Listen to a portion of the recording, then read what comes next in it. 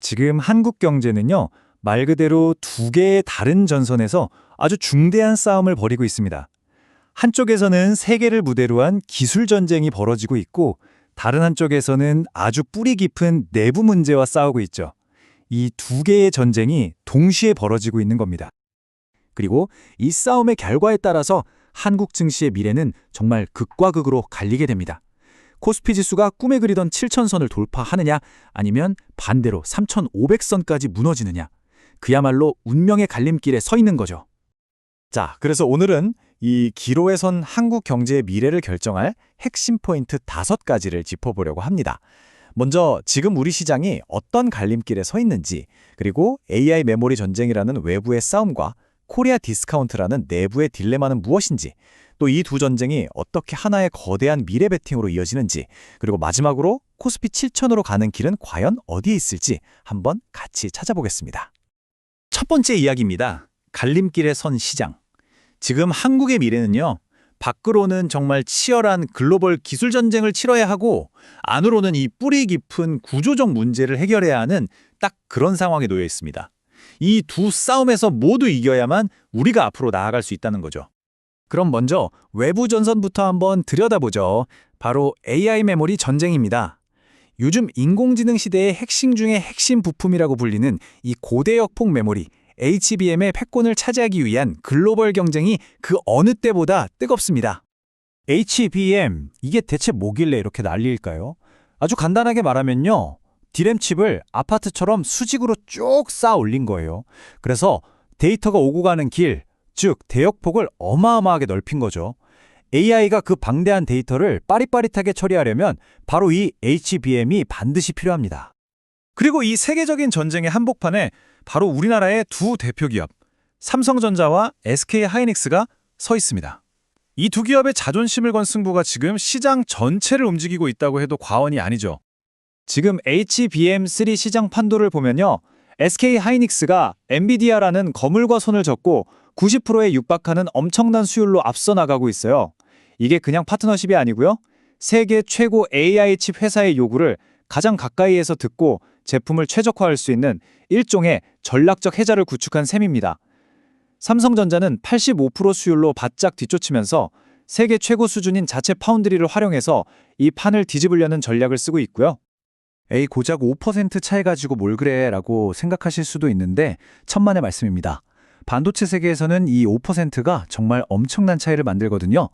수율 1%에 수십억 원의 이익이 왔다 갔다 하기 때문에 이 격차는 생산 효율성과 수익성에 결정적인 영향을 미칩니다. 그래서 일각에서 나오는 공급 과잉 걱정은 어쩌면 핵심을 좀 비껴간 걸 수도 있어요.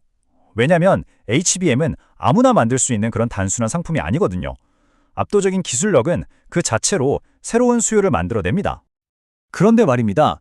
이렇게 치열한 외부 기술 전쟁에서 이기기만 하면 한국 증시의 미래가 활짝 열릴 수 있을까요? 안타깝게도 문제가 그렇게 간단하지가 않습니다. 이제 두 번째 전선, 즉 내부의 싸움으로 넘어가 보겠습니다. 바로 이 고질적인 코리아 디스카운트 문제입니다. 이건 부실한 기업 지배 구조와의 정말 힘겨운 싸움이죠. 코리아 디스카운트가 뭐냐면요, 쉽게 말해서 우리 기업들이 뼈 빠지게 벌어들인 가치가 주가에는 제대로 반영이 안 되는 현상이에요. 아니, 내가 투자한 회사는 세계 최고인데 내 주식은 왜 맨날 제자리 걸음일까? 혹시 이런 생각해 보셨어요? 그 답이 바로 이 불투명한 지배 구조와 주주를 홀대하는 관행에 있습니다. 이 표를 보시면 문제가 한눈에 들어오실 겁니다. 기업 가치에 비해 주가가 얼마나 되는지를 나타내는 PER가 글로벌 평균보다 훨씬 낮고요. 투자자에게 돌려주는 배당은 거의 세계 꼴찌 수준이죠. 근데 더 근본적인 문제는 따로 있어요.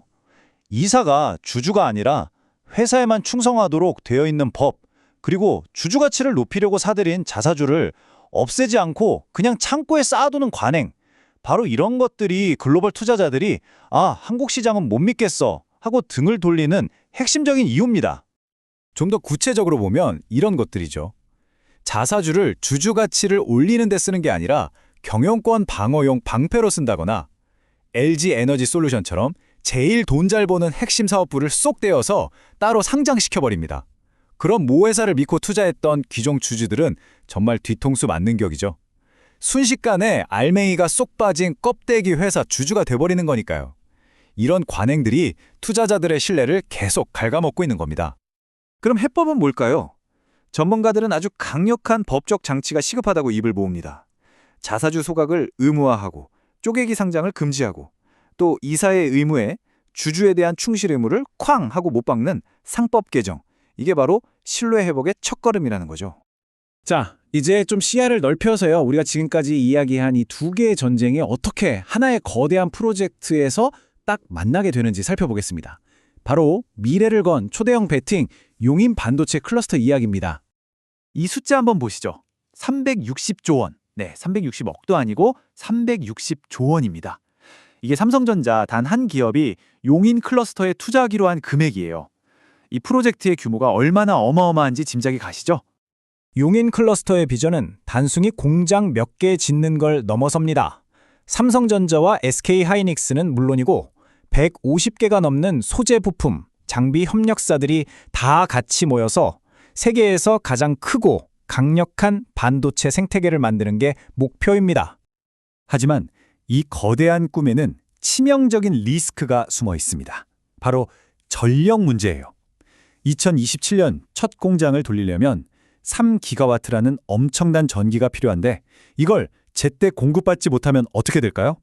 수백조 원을 쏟아부은 최첨단 공장이 그냥 텅 빈 깡통으로 전락할 수도 있는 정말 아슬아슬한 상황입니다. 그러니까 핵심은 바로 이겁니다.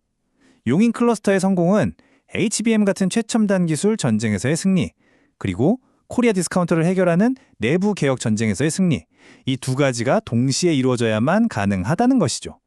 자, 이제 결론입니다.